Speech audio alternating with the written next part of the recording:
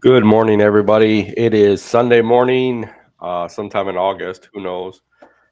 We are live, me and Josh today. JC has decided to take a little break.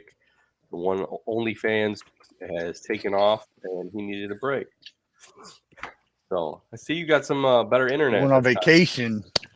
Yeah, he had to go on a I hope vacation so. We'll to. see. Yeah. So what's new this week since we talked Thursday? Anything new going on? Um, what's new since Thursday? Nothing Yeah. really. Trying to find some more snow equipment, or at least some subcontractors with some decent snow equipment. So I'm planning for a larger scope of work on one of my sites. So Okay, so now that you're talking about snow, I mean, it is August. I guess we could start talking about snow. Um, how do you go about figuring out pricing and contract wise? Do you try to contract for like a year, 2 years? How do you do that?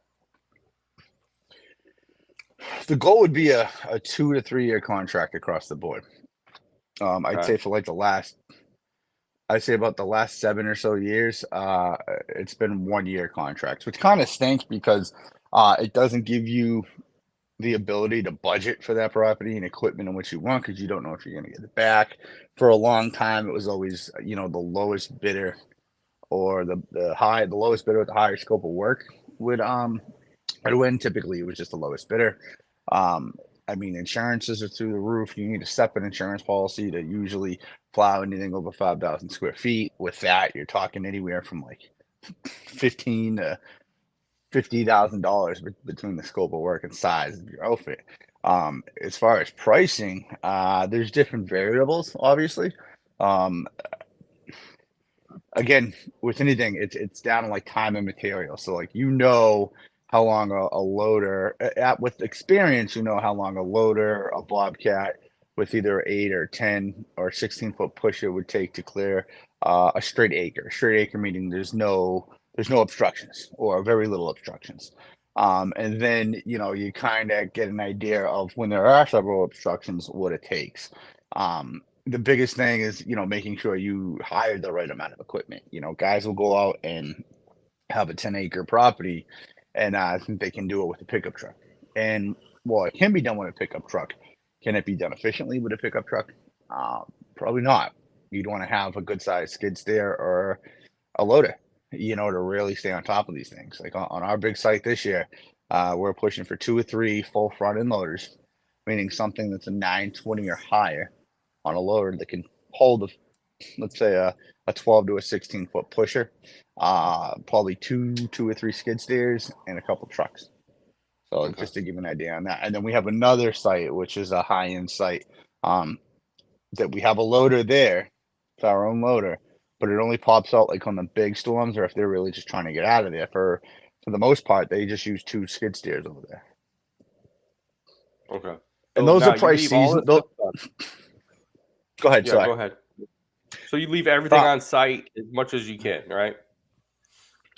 I leave everything on site. on Okay, on these places. The smaller sites, we have some smaller sites that are just pickup trucks. Those are obviously left alone. There might be like a bucket of ice melt, calcium or something there. But for the most part, those two big sites, we have a shipping container at one. We have salt. We have a massive salt bin at one of them, and then a small like 10-yard bin at the other. And everything stays on site. That way, it's easier to just get there and go. okay. So do you leave that? So you had to build this massive salt bin there, Yeah, yeah. and is it left there all the time? Is that something that you quoted No, in the no. first time? So unfortunately, yeah, it's built into the price. It's built into the Okay, price to bring in. We have the 2 by 2 by 6 concrete blocks, the made okay, blocks. This year we just had a tarp over it. Um, the reason why is because we didn't get the okay until late in the season to have the salt bin on site, like because of an EPA regulation when this place was still under construction and there was a retention pond behind us. So we had to be very careful on how we did it this year. We had like 20 or so blocks that would fit 38, 40 yards or 40 tons so of salt. This year, we have to build it on the opposite end and we need to be able to house about like 60, 70 yards of salt. But I mean, yeah, those this year we will have the shelter logics or logic shelters above it just to keep some of the snow out because the tarp works, but I mean after a while, you get wet snow that melts really quick, and it's a nightmare to Yeah, just have to dig that thing out. it hardens up, and then get in the trucks, and it's going to be harder to move around them chunks. So Exactly. Yeah. okay, so you were talking about the pricing and everything, and you usually figure it out by the hour, pretty much correct? Is and kind of figure it into. Now, do you do per push or do you do per season? I know a lot of guys are trying to do like a full season of snow removal and saying this is what it is for the full season. This is what you pay monthly, or do you do per push and do you bill it out after the storm, or do you wait per month the bill? So I have a few different options for clients, and I'll give you an example. So one of my this we'll call it the second tier site, which is the second largest. That's seasonal all inclusive. What that means is I have one price, and that price is set for the season. That includes shoveling, salting, plowing, and de-icing of walkways. It does not include snow removal, snow relocation. That's all separate. So what I did with that location, because that location's kind of open, is I knew what it would take per acre, either with a plow truck or a skid steer to clear that out. With my efficient guy over there, he could have that cleared in about half an hour, 45 minutes per acre. You put a bigger loader, which we have over there, he can do that in like half the time. And I know that doesn't sound believable when I say this is open. This is open. And it's not acres like it's a straight square. This is more like roadways, small square here, small square here. And there's really no obstructions unless it's during the daytime and the employees are there. So what I did is I took the average snowfall and broke that up into about 7 events, and then broke that down hourly and against my labor rate. Um, I put that on for 2 skid steers. And the reason why I put it on for 2 skid steers, not the loader, because that one of those guys that's in the skid steer would jump into that loader at some point. The loader is just there as kind of a convenience if they need it. I think last year they used it twice. Okay. They really stayed on top of it with the skid steers. So that price is all inclusive. So if we get 0 snow that year, or we get 2 inches, we get paid the same amount regardless. If we get 150 inches, now we're in trouble because now we only have that one price across the board. So the thing I like about it is you need to know how to manage time in the property. So you got to work off production rates. You got to make sure you're good. You got to make sure the correct amount of salt's being put down for the conditions. If you're pre-treating, you can get away with 1 ton per acre on that property, so we know what we can put down. If we're just being preventative during a storm, we don't have to put down that much. You can get away with like 1,200 pounds per acre if you wanted to, just to be preventative during the storm. So we have to be very careful with that. I have my number one tier site. The way that's priced is that is priced 0 to 2, 2.1 to 5, 5.1 to 10, and then 10.1 plus. And each one of those tiers, I know what it's going to take me to do that application, to complete that application. Like I said, we have a lot more equipment over there, so the price is a lot higher. So I took that price per equipment and built it into how long I think it should cost to do each tier. Now, granted, that small tier, it's 0 to 2. That could be done in the storm could last 2 hours. That storm could be there for 4 or 5 hours.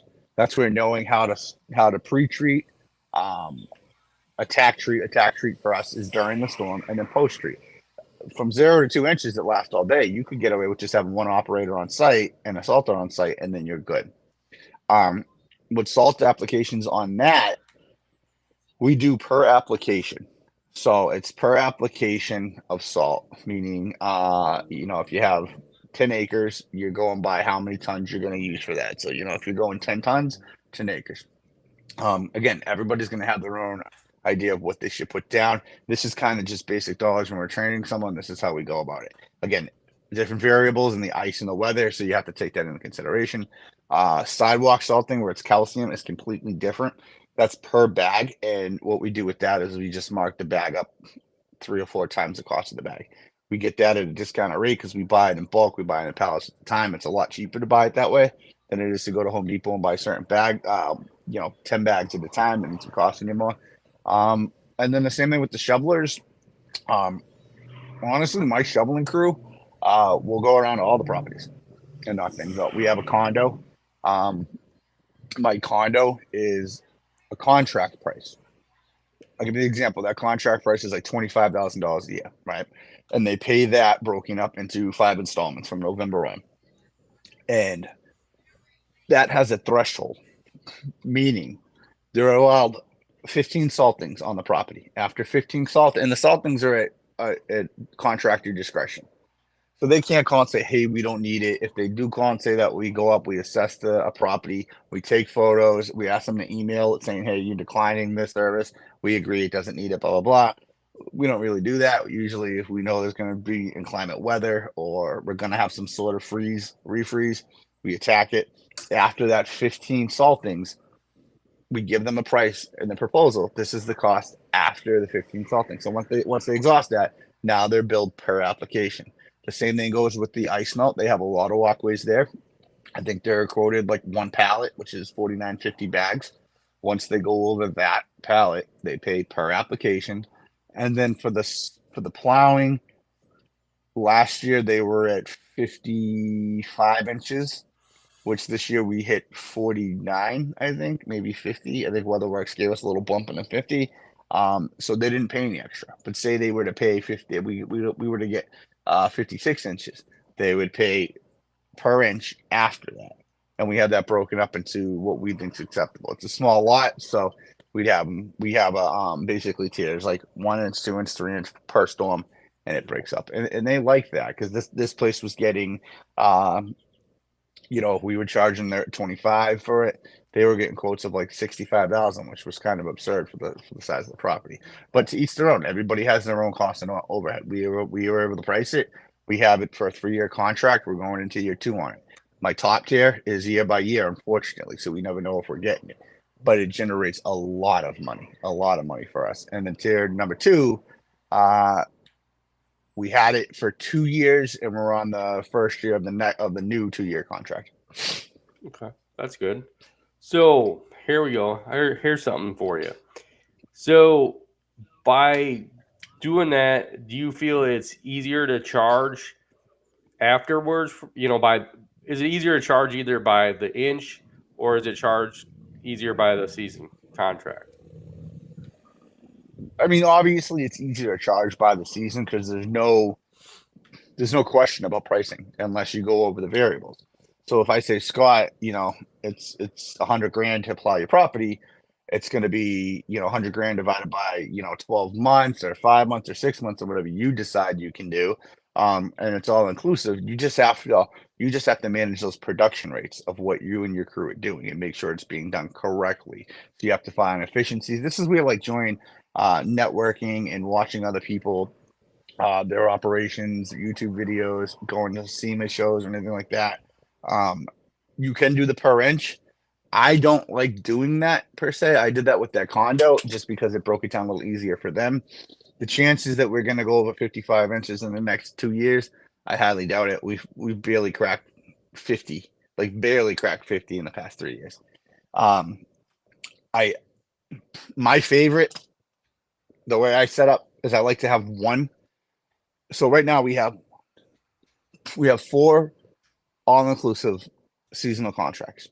Those 4 allow me to budget, and they allow me to budget with how I pay my bills, what I know I have coming in, what I'm allowed for equipment. My variable would be my tier 1 plow site. That generates a lot more money, where I kind of have an idea of what my baseline dollar will be on that property. I like having guaranteed money, and I like having the variable. I think that's what most people should do, because even if it doesn't snow, I have my guaranteed, and my guarantee is a decent chunk of change. My variable is a real good chunk of change, but that's what really allows me to spend money for the next year on that one. So I like the tiers. So when I did residential plowing, I did the same. Originally, I used to do, my trigger was 3 inches, 3 to 6, 6.1 to 9, 9.1 to 12, 12 plus. I backed that down to 2 to 6, 6.1 to 10, 10.1 to 13 and up. And a lot of people seem to like that. Like the residential customers love that because they know if we were being forecasted for 4 inches, they knew they were paying, let's say, $50 per push, right? And that was typically on the first one. If it was two to four, 2 to 6, we'd wait towards the end of the storm. The storm started at 8 o'clock. We'd go in at the end of the storm and just bang it up. And it was easy as that. People knew what they were paying. So that definitely attracted more residential customers. And a lot of people that I've worked with took on that pricing structure. First tier, you do one push. Second tier, you're typically doing 2 pushes. Third tier, depending on when you do it, you could get a couple pushes on it. So you might, again, it was managed on production rate. You were getting the same price regardless. So if you hit your third tier and you're $50 a push, you were typically going base price, which is $50 times 3. Right. Base price times 2, and then your base price for the 2 to 6. And a lot of people like that because they could budget. No, I will just touch on residential because I did residential for years. I'm not going to sit here and pretend like I'm huge on commercial. I've been in commercial for probably, let's call it 5 years. 3 of those years very heavy and aggressive. But with my residential, when I first went out, I kind of had an idea of what I wanted to make per driveway. I had my base price at $50. This was years ago. And the way that it worked out, where I figured out my minimum per storm, no matter how quick or slow I went, was around $200 an hour. So 2 years in a row, I know I was averaging $200 an hour. I was able to bang out 4 driveways that were scattered around my town and make $200 an hour. Now it clicks where it's like, all right, route density. The same thing when you guys that mow, you want to keep your routes tight so you're actually making that money and you're not driving point A to point B. At the time, I was just trying to get whatever I could for plowing accounts. Now, then the following year, I tightened everything up. Now I'm averaging 300 per hour. Granted, some people go, I'm not going to make that. You can make that. I think no matter where you are in the country, if it's snowing, your pickup truck should generate $200 per hour. If a subcontractor is paying you $70 to $110 per hour for a truck, you can just imagine that they're making $200 to $300 per hour.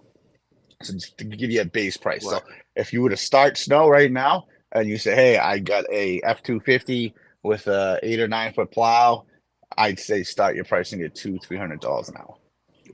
Okay. So here's and you should be able to bang out, at a minimum, depending where you are, you should be able to bang out maybe 4 to 7 driveways per hour, depending on the size. Right. So now here's a good one for you. I know you said you did residentials for years. We still do residentials. We do some commercials, so we mix it up. We always start with our commercials and go to residentials. But when you do your residentials, do you include salt with the application and sidewalks, or is it extra? So I don't do residentials anymore at all. So they're completely gone. Right. If I had a guy that could do them, I'd take them because I think when it does snow, they're gravy. Right. I did offer salt applications. Okay. At first, before I got my salter, it was, I had a few 5-gallon buckets in the back of the truck. I'd throw them. I really couldn't get a lot of people that would go for the salt. I think out of like 100 something customers we might have had like 10 that went for them. Most of them just do it themselves. But it was definitely an upsell. If we did the walkways, we try to offer it. The walkways, we usually got a little bit more. But as far as salt in the driveways, I didn't really get much. Okay. I was just wondering because I know when we do it, we include the salt in our price. So pretty much we're going to salt. We're going to do the sidewalks. We'll do the driveway. I know a couple places we charge a little bit extra because they actually want us to go behind their house and do their patio or their deck just to kind of clean off an area for the dog to get out so it's not heavy. But we do some of that stuff. But so now when you do your commercials and you have these contracts, the all-inclusive one, and the other one where you do pretty much you have it set for so many plows. Now, if you say, let's say you had it set for 15 plows and you only got 8 plows out of it the year, would you say you're good? Do you have it in there that it's once they pay, that's it? Like they're paid for 15. If this year you only get 8, then you're good, and you don't have nothing left over, or do you carry over money for the next season? Because I've seen this happen in a couple of times before. Nothing's carried over. When Okay. you pay insurance, car insurance, business insurance, like, do you, that money you didn't spend, you say you spent $5,000 in your insurance, they don't let that roll over because you didn't have a No. claim. So no, absolutely not. It's a gamble. If you plow the same place for 5 years, you're probably going to have some years that you actually absolutely clean up, some years that you do decent, and some years you lose your pins. That's just the name of the game, especially when you're doing it a certain way. That's why some guys like the per inch pricing. I like having my guaranteed, and on some of those guarantees, I'm gonna take a beating sometimes. Right. I've had storms where we've added up the storms of what we actually did, what we paid out versus. So when we look at our seasonal, we're looked at, okay, we have realistically 4 months worth of winter up here, because that's what it actually does. And we break that down into event, and we've had storms where we've been in the red $15,000, but we've had storms where we've been in the negative, in the positive $20,000, $30,000. Um, so it's give or take either way. I mean, but money, to answer your question, no money rolls over whatsoever. Don't do that. And I have had a lot of people ask me that. Um, I used to do seasonal residential, to have a little bit where I go to someone with a smaller driveway and say, hey, this is how much it snows. This is how much we did the square footage for last year on a similar driveway. It's $600 a year, unlimited, blah, blah, blah. So, and then they would ask, hey, can we float that over next year? You only plowed once. Unfortunately, no, that's not what we do. Okay. Yeah, I was just checking because I know we had a contract that literally we stopped it last year. We had it for 10 years straight, so it was pretty much we came in, we plowed it for so many. I think it was like 10 times, and we readjusted every year to kind of you know adjust for the snow, the pricing, and all that, so that way the pricing was kept right. But literally, I think it was the first year we didn't do the full amount of plows, and they were like, "Whoa, can you carry it over?" And I kind of carried it over because it was a bigger contract. I carried it over into some of their mowing, but I didn't carry it over. But then from then on, I was like, "No, I'm not going to carry it over," and we kept it going that way. And it was we never ever hit the amount of plows that we had Uh, set, but it was a better account. It was one of those ones that you would pull up. It took you 2 hours, and you knew, hey, I'm gonna make probably $500-$600 on this 2 hour job if I do it the right way. And if it was a quick snowstorm, you could step in and knock it out for nothing. And if they called and said, hey, I need a quick blow, blow through and salt, I'd go and do it real quick because it was like, okay, well, that's added onto your thing. That's one less off of the amount that you got quoted for. So, yeah, that's why, like, I feel like when people are making these threshold accounts per application, you got to be realistic in what you think you're going to do, and be fair to the customer too. Like, you don't, I mean, they're all built into the contract. If you say you're doing 20 salt applications and up to 40 inches of salt, and you know how to do the math, it's essentially built into the same thing. Lower that number a little bit so that you can get to that threshold, unless it's someone that wants all inclusive. I just personally, I can't see floating money over my workman's comp, my umbrella policy, my snowplow policy, my liability policy. It just doesn't, it doesn't roll over.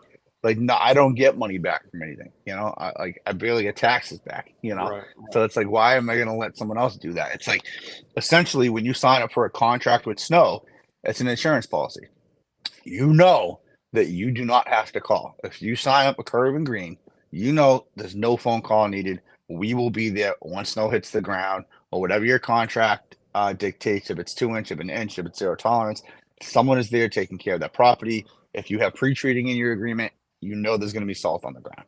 So that's your insurance policy to know that, like, I hate calling snow chuck in the truck because everybody's got to hustle and start somewhere. But, like, you don't have to call us at 3 in the afternoon because we're knocked out from being up all night. Like, me and my guys, we know we're up. Right. I'll send guys home to sleep, but I mean, personally, me, I'm up until the storm's done, until everything's done. I might go nap in my truck for like 2-3 hours, but that's about it. This year, I'm actually considering renting one of those small 10 by, probably bigger, like maybe a 10 or 15 to 20 foot container where they have the office space in them, Right. and putting a few cots in there so that way guys can come and sleep. Last year, I put my credit card on a hotel. If anybody wanted to go sleep, they could go sleep. No one wanted to do it. Everybody kind of lives local except for me. So, but I mean, we had instances where guys would leave, everybody would check out the next morning, and our larger account would call and say, "Hey, we got ice over here." Right. And someone would have to wake up. And a lot of times, if the guy's not waking up because they've been up for 2 days, I got to drive an hour back up there to take care of it. So now this year we have the deal with whoever's doing the 3 salt drivers, including myself, all have blocks. So you do 1 week, Scott does the next week, Brad does the next week, Ted does the next week. So you're constantly rotating, and you can fill in for whoever for that week. But if it's your day and you salt at 2 a.m. and they open at 6 a.m., you got to stay there until 7, 8 a.m. I know that sounds crazy, but that way, if there's any issues, you're right there on site and you can bang it out. Right. Right. And if we cover that entire space and we take pictures to make sure if we cover that entire space and it's a refreeze, or they're just, because we had it where they call in and they said there's ice all over here, and it was just the ice melting off the sidewalk and running into the street, and it was a puddle, and we hit it, they're hit for another application. Right. That's how that contract's written up, and that's an expensive mistake for them to make. And they did it a few times last year. So Right. Nick down there in a lower part of Ohio doesn't get snow. So would you say if somebody doesn't get snow, should they have a snow contract put in place?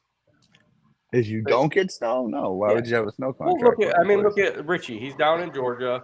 He does have a snow contract for some of his counts because they do get salt. They do get that rare occasion where they get a snowstorm. Would you suggest it for other people in the South? Well, Richie Plumman. So I've talked to him, and he does it. I think he's up in the mountains, so he does get some icing events. Right. So he's not completely out of the dust. Now, like someone like Tino and Ricky that are down in Texas, it's snowed down there. Right. But like I wouldn't have one in play. I mean, you could have like a liability waiver on the back where it's like, hey, if it snows for any reason, this is the per inch amount, because I Right. can't see that you're gonna get more than like a couple inches down there. Yeah. I just wondering. Because I know Nick says he salts. I don't think he does anything. There ain't nothing down by you, Nick. We have more snow up here because we are in Amish country because we have so many cornfields around us. It's actually cornfields. So that just brings in the snow, Living in a city like Columbus, there is no snow. It's funny because Nick said something. I get people cracked to stay up. It's cheaper than buying hotels. So I started doing snow. Obviously, I started like most people, like a little kid, 10, 12 years old, knocking on doors and shoveling walkways. I think around 15, 16, I started working with a much bigger company. And we all had radios. And in the morning, you'd be calling into the backhoe to go do a section, and you'd hear, yeah, give me a minute, buddy, give me a minute. And all those guys, like all boom rage guys, like just like coked out of their mind just to stay up. It was the funniest thing. Like even the owner of the company, like, and this is like a multi-million-dollar company we're working for. Doing one of these, it was funny. I don't condone that. Like it's not done. If you're caught doing something on my job sites, you're out. Like there's no exception. I mean, you got my insurance policy. If there's an accident, you got to get drug tested. Unfortunately, with the snow, that's how it works. Right. I agree with you. I mean, I know many companies that they send their guys out and they're allowed to go to the bar. They can drink, while they're plowing. And, I've had one of the guys come to me that actually worked for me for a year. And he was like, oh, can I go get a 6-pack? And I'm like, no, after you're done with work, you can get a 6-pack, but you ain't drinking, on the job with me because it's a liability. Like you said, it's something that you don't want to happen. And just because there ain't nobody out there except for us plow truck drivers doesn't mean it can't happen. So, it's only illegal if you get caught. Yes, it is. And I look at it like you don't need to get that problem when you're, plowing or any type of business. So, I mean, there's so much liability in snow between the slip and falls and the continuing services after. Like you got to make sure you're covering your own ass. And when it comes to subcontractors and employees, I mean, you do have to kind of have a code of conduct with this, whether it's verbal or written. Like you need to sit guys down and just like it's a 0 strike rule. Like once you fuck up, it's it, you're done. Like I've worked for companies where guys have been half in the bag in like a truck going around a parking lot, and that's still liability because what if someone's coming in early in the morning and you hit them, and now you're liable for millions of dollars. You just got to be very, very careful with snow. Like you're in a sue happy time in the world where people will intentionally look for a wet spot in the parking lot and fall, and like I'm emotionally distressed and I hurt this, and your rates go up substantially when you have a claim.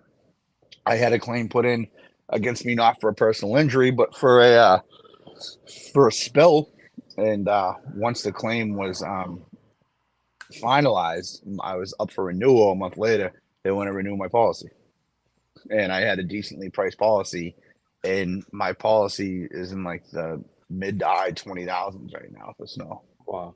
Wow. So one question, do you have any accounts? I know in ours we have a couple places that they don't want salt. So literally I make them sign off that, we are not responsible, because, you can see our trucks there nonstop, but we haven't put in our contract that we are not responsible for any damages or any slips and falls, because then that way we're covered. Do you have any like that?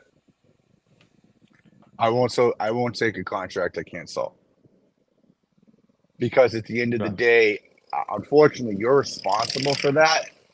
And I don't think that those clauses where you're not held liable for icing, I don't think it'll hold up on court, because the problem is, what if it's a patch of ice a patch of snow someone slips on? So I won't take any property that I can't solve, because if it's an ice storm, Scott, and you're not keeping up with it and it's freezing over, what are you going to do with that? I mean, I don't know about you, but down here we get some crazy ice storms where it's an ice skating rink. So you need to be able to keep up with that snowfall and that ice. You have to continuously. We had a snowfall 2 years ago where it was mixed with sleet, and it rained all night the night before. It rained into the store up. We went through, I think, 63 yards of salt on the properties that storm just to keep up with it. That's not even the finish work. And if someone slipped on a pack of ice, a pack of snow, you're liable for that. So I wouldn't take any contract that I couldn't solve, unless it was like some small condo where you guys have to have it. I would probably go have a lawyer write that up. But I don't know. It might be safe to say I don't think in math, and I know a lot of guys think you can, but a slip and fall clause. That's like the guys that put use walkway at your own risk service, and it doesn't matter. Like someone slips and falls, it's on you. Remember, Right. snow game. That's why, like, think of middle management companies like Brightview, Case, Ferradino, USM. Like they want you to have all these requirements in snow to pass it down. So the customer has their insurance policy. Case has their insurance policy. You have your insurance policy. Shit rolls downhill. So you're the Right. last one. The service provider is the last one on the totem pole. You're going to be the one that's on the hook because you're doing the services.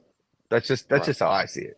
So I wouldn't take a lot that I could not have like full discretion on. Okay. So, okay, here's a good question. Like Nick is saying, he uses calcium on your sidewalks. What do you use on your guys' sidewalks, and why did you change from rock salt to it? So it's bulk salt, treated salt, Okay. magnesium and calcium, and the bulk salt in the sand. So it's magnesium and calcium and the sand. So they're usually sprayed down with that solution. Calcium on pavers, calcium on concrete, pet safe ice melt, which is like a mixture of the two, the blue stuff, on like regular clay brickwork or asphalt or anything like that. Calcium, because salt will destroy sodium will destroy the concrete. Not right away, but over time. And again, you're liable for that. So our big account, our main account, our tier one account, we order in pallets of calcium. That's all that's used on those walkways. That's it. Like I don't want to see blue on those walkways whatsoever. There's enough calcium there. That's what you put down. The smaller places like the banks and the little food marts that we do, those are like asphalt. They're quickies. Like so they're all beat up. So it's the pet safe, concrete safe. Concrete safe doesn't mean it's not going to rot them. It's just a little safer than putting rock salt down. but we put the pet safe, concrete safe stuff down on like those areas where it's already trash. And then for the roadways, it's just straight rock salt, treated salt. Rocks off.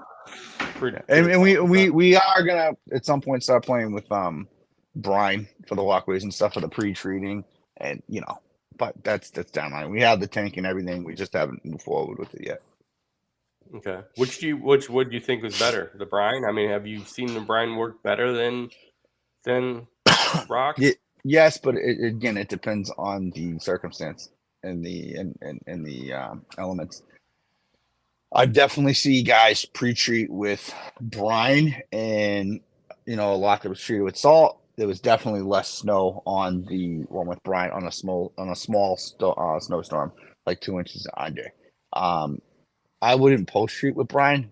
It might be something once I get scraped down and put a little bit of rock salt, I go after it. This is why I got to educate myself a little bit more on this. It's new to me. That's why I haven't fully moved forward with it. I think I would start with probably just having like one of those fertilizer sprayers and tanks, and just start with the walkways just to see how efficient it is. I know that like you save a shit ton of money with brine, but it sounds like all the guys that I know that do brine still have a salt truck in their fleet.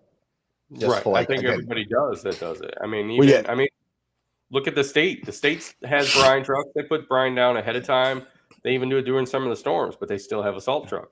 It's like it is like a fraction of the cost of rock salt. So like if you're paying, so 1 ton of salt's 2,000 pounds, right?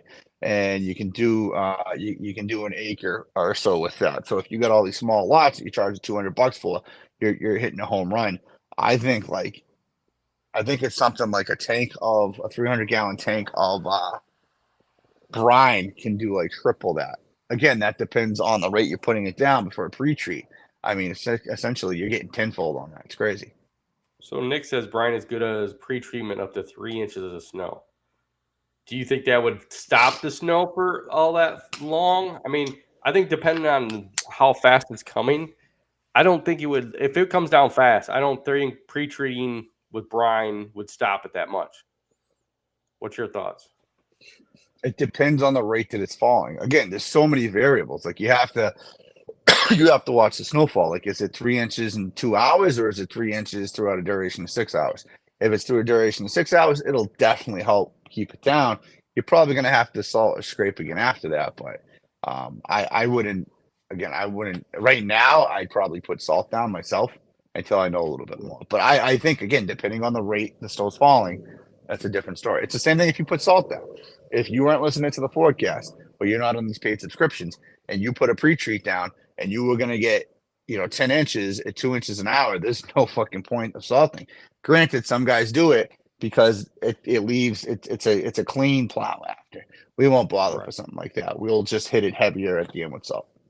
A lot of people, a lot of companies don't want us to do that because if it costs more money or whatever. Right. So now your calcium you put on the sidewalks, is it colored? Because we have up here, we used a green one, which we got away from because it was starting to dye the sidewalks. And then now we've gone to hot pink de-icer, which is a pink, but that helps us to variate from, our regular salt and sidewalk salt. But that has not dyed anything. So you said the one that you use on the roads is dyed. Is that correct? No, it's not dyed. I don't use dyed, so it's treated. So the stuff I get, I think it's Ice Be Gone out of New York, and it's a magnesium calcium, and it's a real sticky substance. But I mean, man, that you're using less than the ton per acre rate, and it cleans up real nice, like real nice. You can use the dyed stuff, the green stuff, or the blue stuff that they have, but again, I think there's people that just spray that down. It's not necessarily treated. So you could have regular salt that someone's just spraying down with green food coloring or paint or however they do it. Yeah, this stuff's this is a more brown because of the chemicals that are put on it. Okay. So you're totally booked up for the season, and you have everybody ready? Yep. So we're waiting for one contract to finalize because the scope of work that tier 1 contract, I'm certain we'll get back. That contract doubled, or the scope of work doubles for the site. guys, obviously, that my main guys that plow and run equipment, those guys are set ready to go. The plow truck help and the shovelers, that kind of varies up until like the first snowfall. We actually started pulling out some snow stuff already and kind of making a punch list of what we have to do. I have my mobile mechanic doesn't work for me, but he comes on and does the work for me. He's changing cutting edges. He's going through the sanders and everything. So we're gonna start getting ready with that. Probably like the first or second week of September. Okay. I don't know. So now, do you do training for everybody? Do you do training? Yeah. Okay.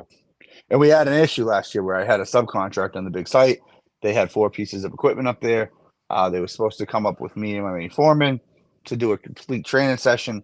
Two of the 7 or 8 guys that were gonna kind of fluctuate on their schedule showed up, and I was rip shit. And they said, okay, we'll show up early during the first storm. It was around the corner to do it, and they just absolutely sucked. They couldn't follow the direction, and that's kind of why they're not working for us this year. I just want to touch base on that landscape of Yeah. America. I don't know who his customer base is. I don't understand why anyone messes with all those that he mentioned. Case is going through shit now for not paying their vendors. So I don't know. I guess you're talking about the different type of contracts I mentioned, because one contract necessarily doesn't work for 5 to 6, 7 different people. And I get what you're going at. If I'm touching it on the right area of what you're talking about, some guys just have one contract and that's it. I like to give people a little bit of leeway. So there's like 2 or 3 options they can go through. But again, everything is my discretion. A customer can't call me and say, we don't want to do this. We're about to go over the threshold. It's my discretion. And that's written in the contract. Case, yes. Case is infamous. Ferradino's one of the biggest ones. Personally, for me, I am one of those rare people. I've had one issue with Case that was rectified by the VP. Almost immediately. I've done over $250,000 easy with Case in the past 2 years. I've never really had an issue. But again, I submit my documents. I have my own documentation of what we do. And when they tell you if you work within the scope of work and you take your photos, you'll get paid. What a lot of guys don't understand, I don't know if it's on the per push or the per saltings. I won't do per push or per saltings. I do all inclusive contracts with them. I won't do per push because I have seen guys get burnt with that stuff.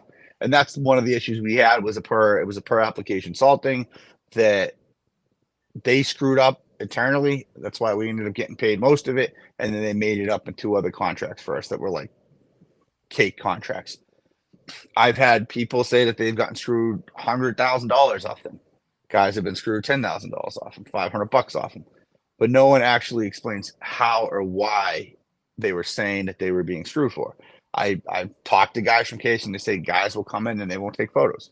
Again, if you're working as a subcontractor and the person that's in charge of that contract is in, California, and they want to see the photos that you're taking, they're not going to sign off on that contract. Or if they're blurry, or if you're like, I'll get to it, or if your subs aren't taking the right pictures, they suck. You don't do that type of work. Again, I've never had an issue. The same guys that run those sites know how to take those photos. They train their guys how to take those photos. Personally, and I've talked to guys, I've never had an issue. I just think it's in the contract. SMS Assist years ago, I don't know if they're still in business. Their contract with pre-treat, their trigger for snow was 2 inches. If you pre-treated, your trigger for snow was 2 inches, and your allowance for snow would be for the next salting would be 6 inches. So a lot of guys would pre-treat, plow at 2 inches, salt to get it 4 inches, and they weren't getting paid for 2 of those services, and then so on. So guys throughout the season would get screwed $20,000. So a lot of people don't read in detail their scope of work on their contract. I'll be honest with Case, I trust them as far as I can throw them. You're 100% right. They fucked a lot of people. And fortunately, I haven't been one of those people. But every year that contract comes through, I send it to my attorney. I pay the money, and I let them read it. And if they say, "Hey, listen, you're on the hook for libel," no shit, it's no. I take full responsibility for that. Alex says he worked for Case for years, and they actually told him that they owed him more money than he invoiced. Bro, I'll tell you. If you ask 10 people, what they think of Case, you're gonna get, 5 10 people different that say answers. they hate Yeah. him, 5 people that love him. I have guys that do all the lows in the North Shore or Merrimack Valley. The guy has like 5 lows. He's never had an issue. Granted, you're getting paid less, but for me, I'll only take the contracts that fit what I want. One of the contracts I have right now, I love it. It works. I'm full discretion. I know the site super. It's a union site. I know the site super that's in there. We have a good relationship. We have 2 or 3 meetings a year with them. I've never had an issue. But then you have these guys that run like Targets and Lowe's, these store managers and the bootstrappers. They're like, there's not enough here. There's not enough there. There's not enough there. You got to document. And the thing is like when you get us like a high volume site like a Walmart, a Target, a Cumbies, a Cumberland Farms, dude, overtake the pictures. Like we take pictures of every single site we do. So I don't know if there's an issue there with it. Like it's not residential, where you're just coming in and someone can look out the window and see it salted. Again, someone might look out the window, like I said earlier, they might look out the window of their office building and see that there's a big black spot in the parking lot. They think's ice, but it's just melt runoff. So they call Case and they say they didn't salt. So unfortunately, it might be a chargeback. It might go back and forth. So you got to pull up and take a video and show yourself shuffling around on it. It's a pain in the ass, but you don't take those contracts if you don't like them. But it is right. So for anybody listening, people have been burnt. But again, you need to find the context in which they've been burnt, how they've been burnt. So now, going on that, is it easier for you to work with Case on certain contracts, or is it easier to do straight with the business? I'd rather deal straight with the business. It's more money. So you got to figure if you're working with Case, they're taking anywhere from 20 to 40% off the top of the contract. And you have all the liability. But again, we've in the past, we've only taken smaller lots that we can run out. We have one decent sized lot with them. That's my tier 2 over there. And I don't want to say it in case they listen, but like it was priced. It's the one place with Case in my years of doing business with them that they actually priced it correctly, and we're making good money off it. But a lot of the times, like the banks they have, I'll tell you right now, across the board for their banks, they're paying out $4,000 to $6,000 on those banks. They're probably making $10,000-$12,000 on those banks, and you're hitting a liability. It's definitely like a way into commercial, but you can't put all your eggs in one basket with them, because as good as they are, they can drop you. Account managers in these places, the turnover rate is insane. So this year with Case in particular, this is the first year that they brought guys into the New England division that seem to know what they're doing. There were some investor groups that went in with Case, and I don't know if like their principles changed, like how they run their business changed, but it seems to be a lot better this year and last year. As far as what we're getting, like this year, last year they didn't come out with the new crew was just coming on, and they didn't come on with our contracts until November. This year, got in a contract before that time. I got my contract to sign in July, which is great because I like to start getting them back July, August, September. But you do have to be careful because, again, the account managers, if they don't know what they're doing, they're not going to submit the right paperwork for you. If you have someone working for you that doesn't understand the contract and what you're supposed to do, the photos you're supposed to take, there's a chance you might not get paid for that service. But again, I won't do per paid service for any of these people. And Case is probably one of the only ones that I'd work with. Okay. Nice. And that's not for everybody. I get that. Again, 50% will hate him. 50% will say, hey, I've never had a problem with him. Right. I agree with you. I mean, I think it's all dependent on your job and how you learn per person and per place how they want it done sometimes. And if you don't learn how to do it the way they want it done, then and it's not the way you want to deal with it, then move on. Just kind of move on. And sometimes you can't work with everybody. So and the biggest thing with anybody, property managers, national companies, regional companies, ask questions, man. Like that's the one thing. Like I don't shut up, as we know. Like, I think I'm the same way. Yeah, I mean, if they tell you that they dropped another company or they're looking to change, companies because they want to get a quote, It's like, why, what's the reason and why you're looking to change? That's my first question is like, what's an issue with their service compared to what I might service you with? What Listen, what did you do wrong? there's sometimes like I'll be walking a site with the property manager, and the verbiage they use kind of confuses me a little bit. So I'll have to ask, like, hey, dumb it down a little bit. Like what do you mean? And if, like, again, I'd say, like, with Case, when I first signed up with him, I said the same thing. I was petrified. I was like, I'm not going to get paid. Why am I doing this? So I called one of the regional managers. How long have you been there for? 7 years. Cool. Paid. And he would say they don't take the pictures. They don't follow this, like, the protocol.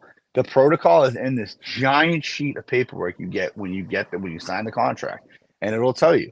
It's just not before and after on a full contract site, meaning an all inclusive.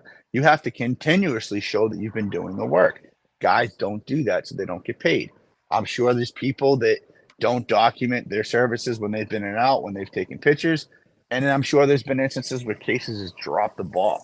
But on any place, ask a million questions. I have people that probably think I'm a dumbass and haven't hired me because they think I'm a dumbass, because I don't understand what they're trying to get through, the way they're saying it, or my brain just doesn't comprehend.